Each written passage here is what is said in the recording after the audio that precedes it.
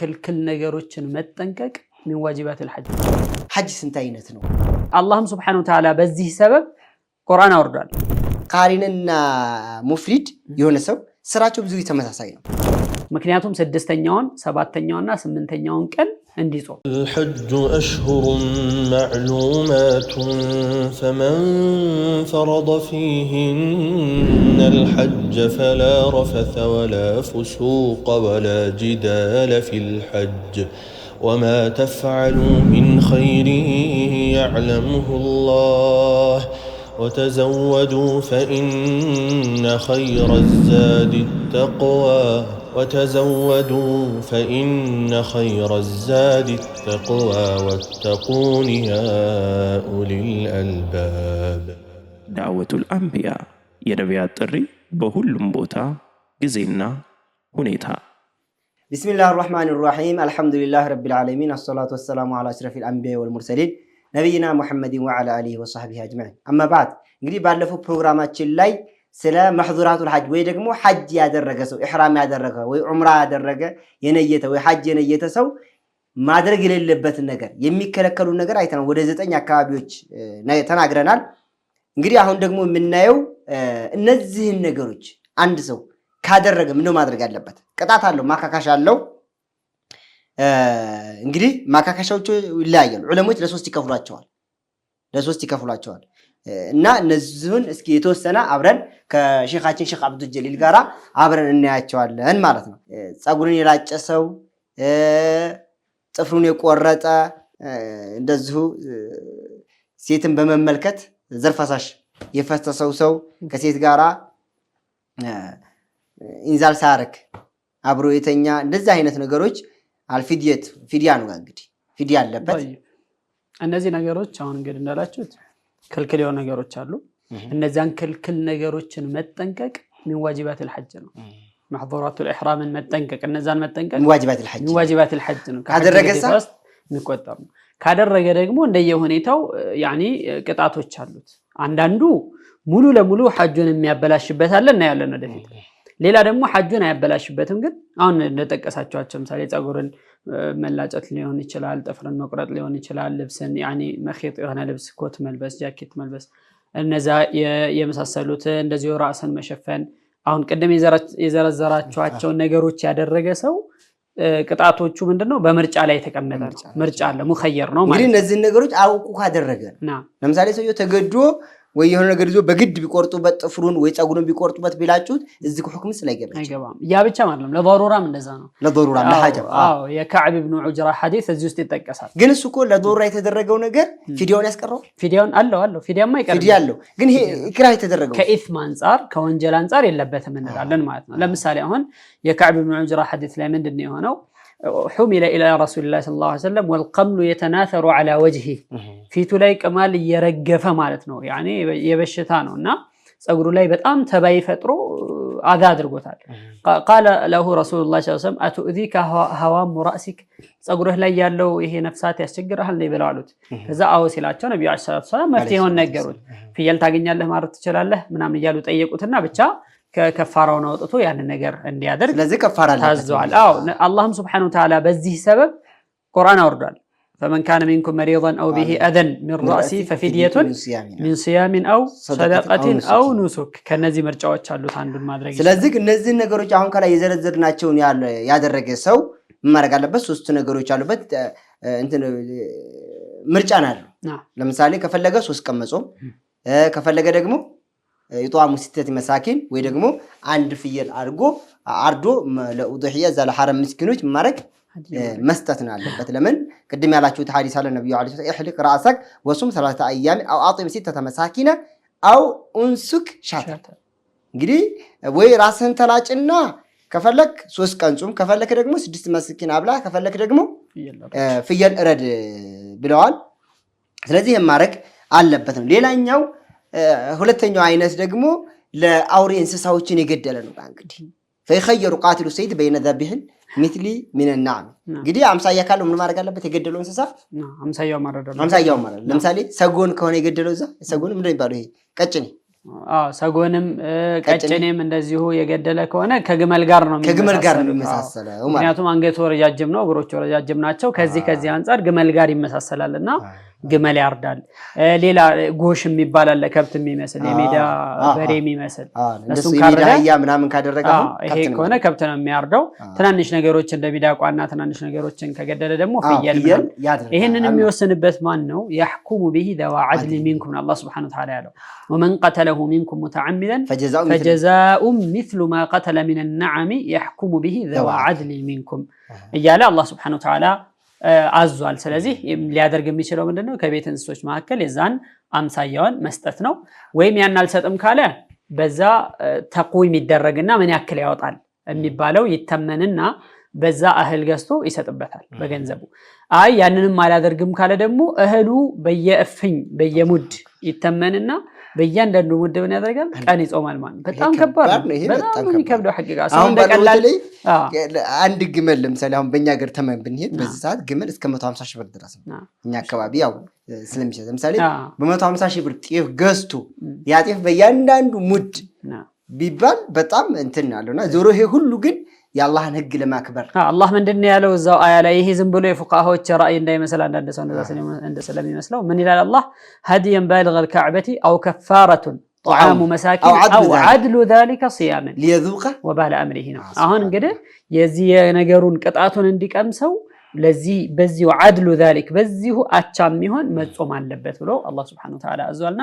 ይሄንን መጠንቀቅ መቻል አለበት ነው እንግዲህ ይሄ ነው ያልነው ሌላው ከሐጅ እንትኖች ውስጥ አንድ ቅድም ካልናቸው ነገራቶች ውስጥ አንደኛው بالنسبه للوطء ነው እንግዲህ ፊዲያ ከሚያስፈልጋቸው ነው ወጣ ነው في الحج ነው قبل التحلل الاول ካደረገ መንይ እንደዚሁ ከወጣው كذلك استمناء ካደረገ كذلك تقبيل ሚስቱን ከሳመ እንግዲህ ሚስት ሲባል በሌላው በአውላ ነው ምንም ጥርጥር የለበትም ወይ በሸህዋነ አው ትክራይ ነዘሪን ወይ ደግሞ በማየት ሴትን በእነዚህ ምክንያቶች ምን ወጣ መንይ ወጣ የዘር ፈሳሽ ወጣ ይሄ ሐጅ ይባላል በመሳሙ በማቀፉ በመተሻሸቱ በመሳሰሉት ነገሮች የዘር ፈሳሽ የሚወጣ ከሆነ ሐጁን ያበላሻል ይያሉ ነው طبعا አንዳንድ ዑለማዎች እርግጥ የሚሉት አለ እዚህ ቦታ ላይ ምንድነው እሱ ሰውየው በሐጅ ሊበላሽበት የሚችለው ወጣ ነው في الفرج ሲሆን ነው ብለው የሚያስቀምጡት ሁኔታ አለ አላየሃል እነዚህ ነገሮች የሚያደርግ ከሆነ ሐጁን ያበላሻዋል የሚል ነው የነገረን ሐጁን ያበላሻዋል ጋር እንግዲህ እዚህ ያሉ አሉት አሁን ረስቶ እንኳን ቢሆን ነው የሚሉት ረስቶም ቢሆን ሳያቅም ቢሆን ተገዶም ቢሆን እንትን ያደርግበታል ነው የሚሉት ዞሮ እነዚህ ሁክሞቹ ያው ከሸሪዓ አንፃር ዑለሞች ራሱ የሰጧቸው ቢዝነስ አሉ ወደ እሱ ውስጥ አንገባ ነገር ግን ምን አለበት ይሄ ሰው ይሄን قبل التحلل الاول ኢንዛል ካደረገ ከባለቤቱ ጋር ግንኙነት ካደረገ ሐጁ ተበላሽቷል ቀባ አለበት ተውበት አለበት ነው ተውበት አለበት ጋር እንግዲህ ይሄ ከማድረጉ ጋር ምን አለበት ፊዲያም አለበት ነው አንድ ግመል ናም ግመል አለበት ግመል ለሐራም ይዞ ይሄዳል ይሄ እንግዲህ ከተውበት ጋር ነው ትልቅ ወንጀል ነው ተውበቱን ማድረግ አለበት ተውበተን ሳዲቃ ተውበተን ነሱሃ ማድረግ አለበት ማለት ነው እንግዲህ ኒካህ ያሰረሰው ደግሞ ምን አድርግበትም ምንም ፊዲያ የለበት ግን ኒካሁ ምንድነው ኒካሁ አልታሰረም ላይ عقد النكاح ነው በዛ ላይ አንድ ሰው ኒካህ ስራ ብሎ ግንኙነት ካደረገ ክልክል ነው ያው ምናልባት ማቅ ምናምን ከሆነ ያው ያለማወቅ ሁክም ከተሰጠው ነው እንጂ حرام ነው የሚሆነው ጥንቃቄ ይፈልጋል ማለት ነው ዛፍ የቆረጠ ምን ይሄንን ያደረገ ሰው ደግሞ ዋማ بالنسبه لقطع شجر الحرم ونباته الذي لم يزرعه العدمي فتضمن الشجرة الصغيرة عرفا بشاتين ያው በእንትን የሚገመተው በእንስሶች ይገመታል ማለት ነው مرحبا እንግዲህ ይሄንን እነዚህ ነገሮች መጠበቅ አለበት አንድ ሰው حرم ላይ محظوراتዎችን ካደረገ አሁን ዑለሞች ከፍለውልናል ለምሳሌ ልብስ የተሰፋ ልብስ መልበስ እንደዚህ ያደረገ ቅድም ያላቸው ሶስቱን ነገሮች አማርጦ ማድረግ ይችላል ይሄ ከኒካህ ጋር ግንኙነት ያለው ደግሞ ማነው እንትን ካደረገ ሐጁም ይበላሻል ቀዷም አለበት ግመልም አንድ ግመል ይወጅብበታል ማለት ነው مرحبا ሸኾቼ ሌላ ወደ حرم ሰዎች ሐጅ ሲያደርጉ ብዙ ሐዲያ ይዘው ይሄዳሉ ለምሳሌ ተመቱ ያደረገ ሰው ቅራን ያደረገ ሰው ሙፍሪድ ያደረገ ሰው እስኪ እንደው ወደዛ ከመግባታችን በፊት ሐጅ ስንት አይነት ነው እንደው አጠር አድርገን እሱም በደኛ ጥሩ ነው እንትን ስለሆነ ሲፋቱል ሐጅ እንግዲህ ቀደም እንዳየነው 3 ነው እንደ ዑለማዎች 4ም ይሆናል ብለው ቢናገሩበት አለ ግን የሚሰራበት ሁኔታ 3 ነው 3 ሐጅ ነው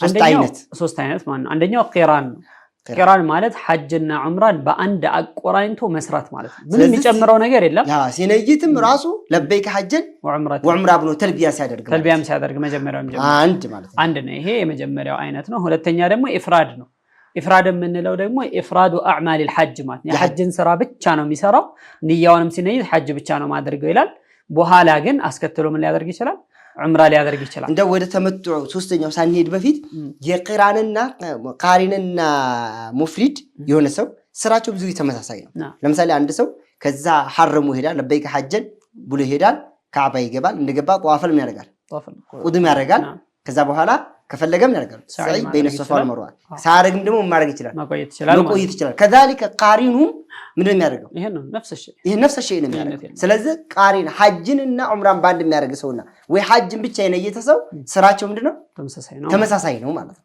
ተመሳሳይ ነው ሶስተኛውና የመጨረሻው ምንድን ነበር ተመቱዕ ሶስተኛው ተመቱዕ ነው ተመቱዕ ማለት ደግሞ فمن تمتع بالعمره الى الحج فما استيسر من الهدي ነው አላህ Subhanahu Wa Ta'ala ያለው ተመቱዕ ማለት መጣቀም ማለት ነው መጠቀም ማለት ነው ከሐጅ በሐጅ ጊዜ ኢህራም አድርጎ ዑምራ ከሰራ በኋላ ሁለተኛ ሐጅ ለማድረግ ሌላ ኢህራም እስከሚያደርግ ድረስ ባለችው ጊዜ ይተቀማል ክልክል የሆኑበት ነገሮች ይፈቀዱለታል በዛ ተጠቀመ ማለት ነው ሲሄድ እንግዲህ ከዚህ ምንድነው ሚቃት ላይ ሲደርስ የሚሐርመው ለበይከ ዑምራተን ብሎ ከፈለገ ሙተመቲዓን ብሎ ይሄዳል ሐረም እንደደረሰ ምን ያደርጋል ዑምራ ይሰራል ዑምራ ያደርጋል ጧፍ ያደርጋል بين السعي والمروه بين الصفا والمروه سعي ያደርግና ከዛስ ጸጉሩን ያሳጥራል ከፈለገም ያው ጊዜ ካለው መቆረጥም ይችላል ዞሮ ይሄን ያደርግና ምን ያደርጋል ይወጣል ከሐጅ ስራ ሙሉ በሙሉ ልክ እንደ ኖርማል ሰው ይሆናል የለበሰውንም የፈለገ ሚስትም ካለች ከሚስቱ ጋር ግንኙነት ማድረግ ይችላል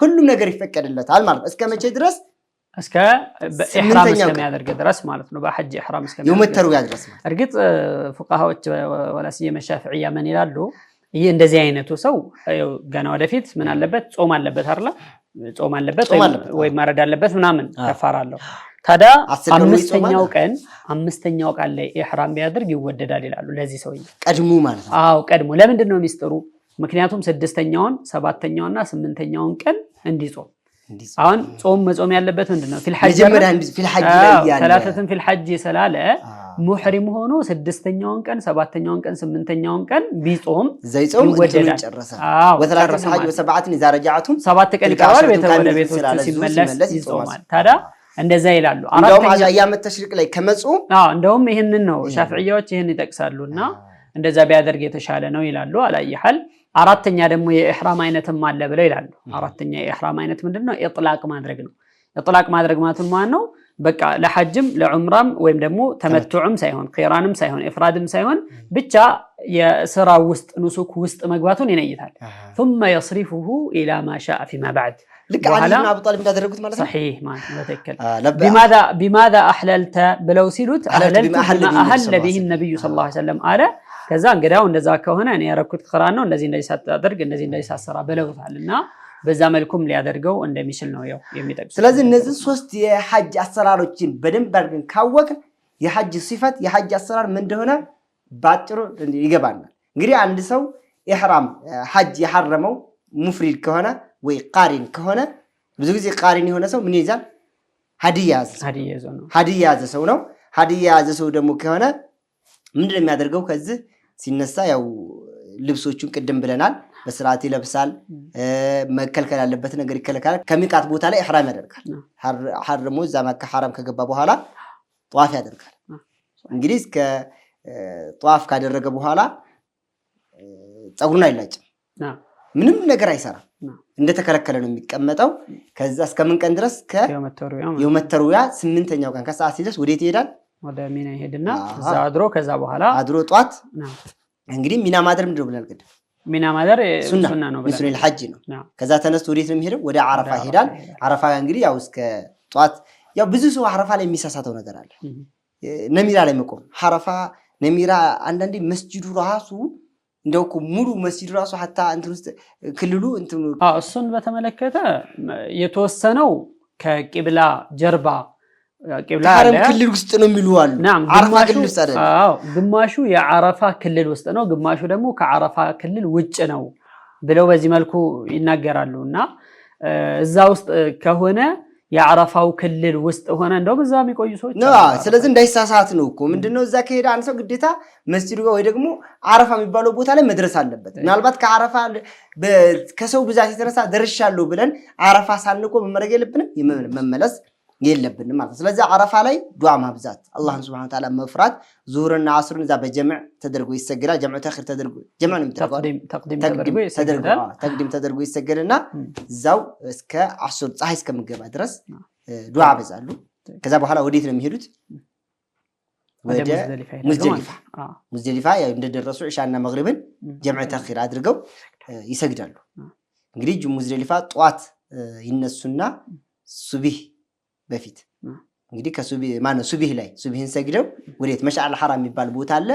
እዛ ይሄዳሉ።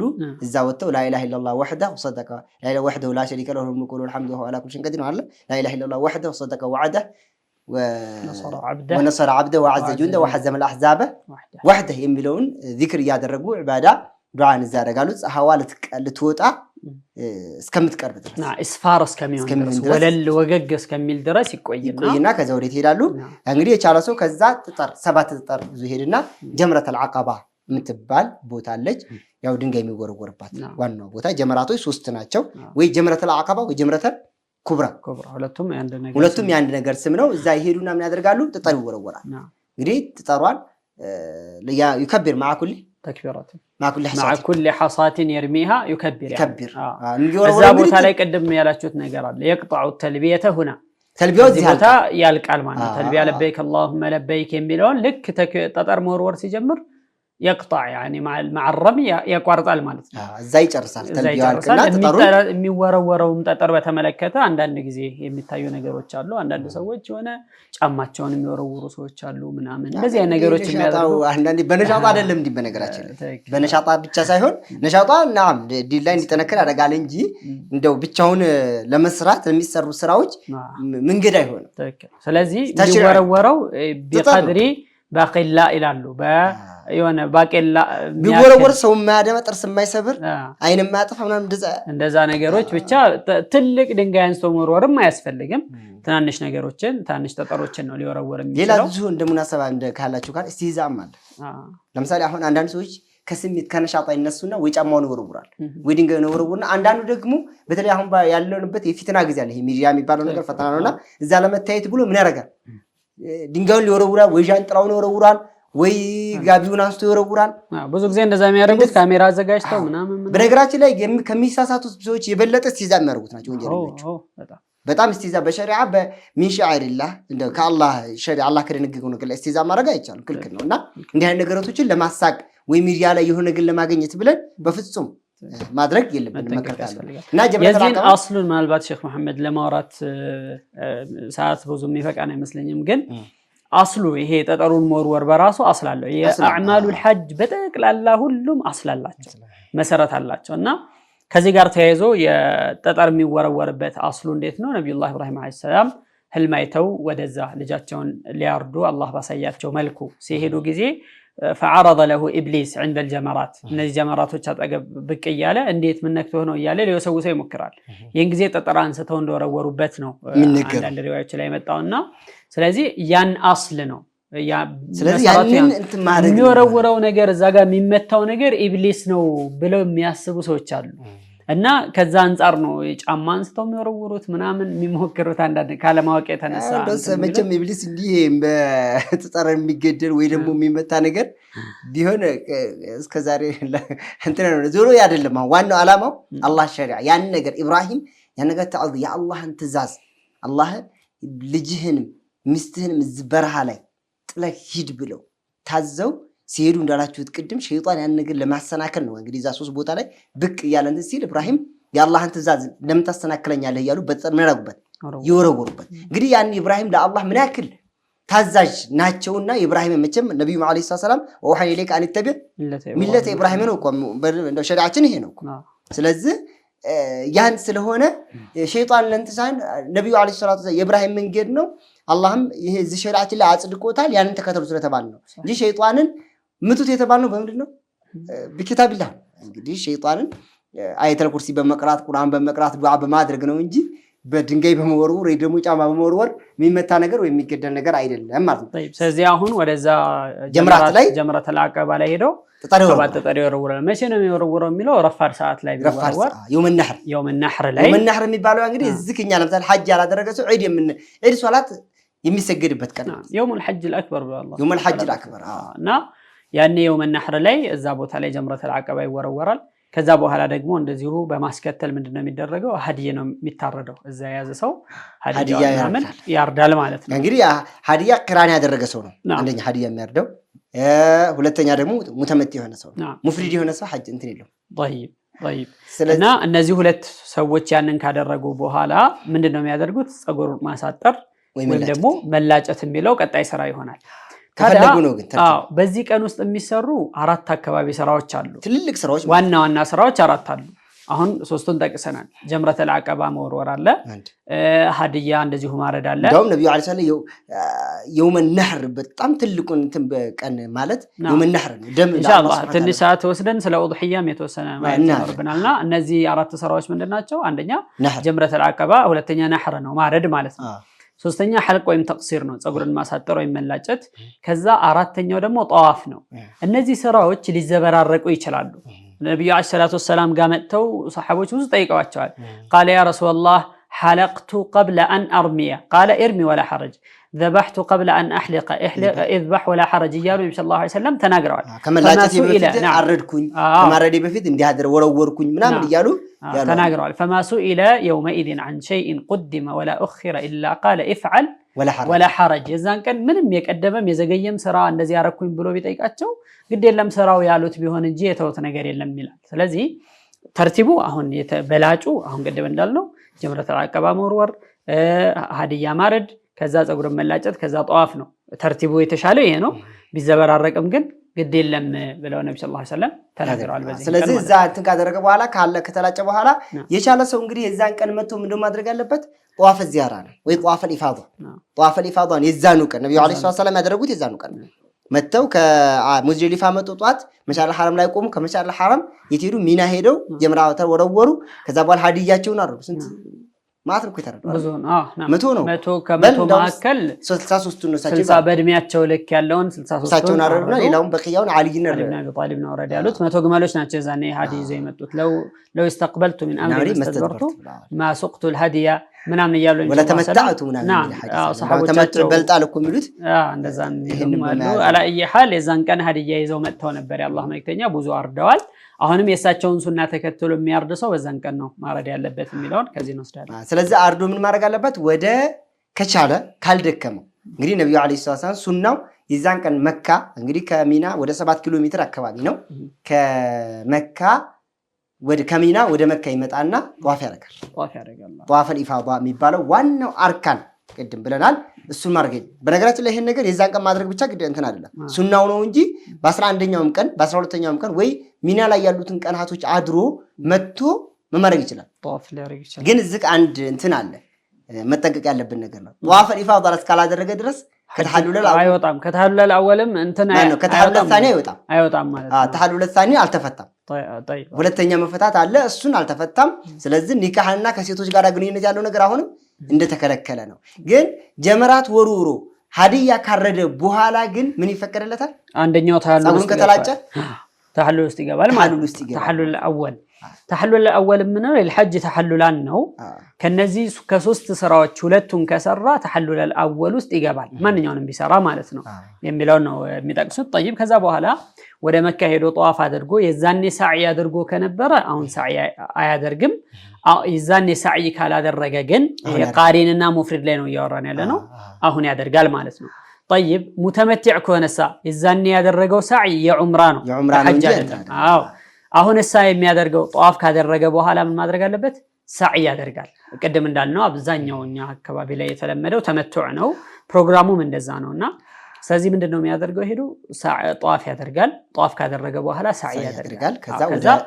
ከዛ በኋላ ወደ ሚና ተመልሶ ይመጣል። ግዴታ ሚና መቀመጥ አለ ማለት ነው። አዎ የመጀመሪያው ማደሪያ ቀን ስለሆነ ግዴታ ነው። በቀደም ከዚህ በፊት ያለው ደርሳችን ላይ ስንዘረዝር ሚና ላይ ማደር ዋጅብ ነው ብለናል ለያለት ተሽሪቅ። ስለዚህ የመጀመሪያው ቀን መቼ ነው?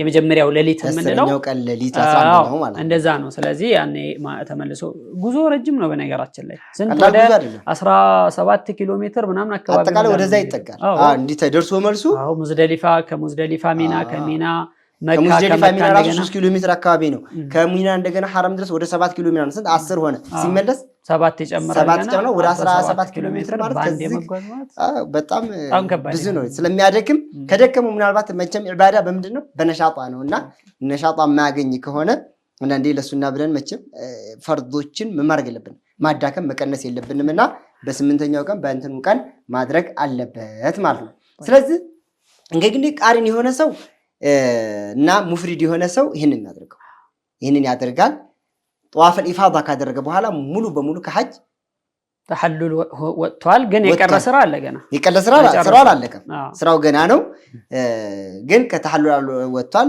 ባለቤቱም ካለች ልብስ መቀየር ሁሉም ነገር ተፈቅዷል ኒካሃቱል ኢህራም ሁሉ ጊዜያቸው አልቋል ኤክስፓየርድ አድርገዋል እንደገና መዳርም ከፈለገ ያው እንግዲህ የሚዳዳሩ ከሚጋቡ ካሉ እዛ መዳዳር መጋባት ይችላሉ ማለት ነው ሌላ አሁን ይመጣና አሁን ከጧፍ الافاضه ማድረግ አለበት ብለን ነበር የቆምነው ጧፍ الافاضه ካደረገ በኋላ ሳዒ ካደረገ በኋላ ተመልሶ ሚና ይመጣል ማታውን እዛው ማደር አለበት ይሄንን ሚና ውስጥ 3 ቀን ማደር በላጭ ነው ወይ 2 ቀን ማደር ደግሞ ግዴታ ነው من الواجبات ነው ብለን ቆጥረናል አላህ Subhanahu Wa Ta'ala ምን አለ فمن تعجل في يومين فلا إثم عليه ومن تأخر فلا إثم عليه لمن اتقى ብሎ አላህ ተናግሯል ስለዚህ በሁለት ቀን የቸኮለም ችግር የለም 3 ቀን የቆየም ደግሞ ችግር የለበትም ብሎ ተናግሯል ይሁን ፕሮግራማችን በዚህ ተናቀቃል وصلى الله على نبينا محمد وعلى آله وصحبه أجمعين الحج أشهر معلومات فمن فرض فيهن الحج فلا رفث ولا فسوق ولا جدال في الحج وما تفعلوا من خير يعلمه الله وتزودوا فإن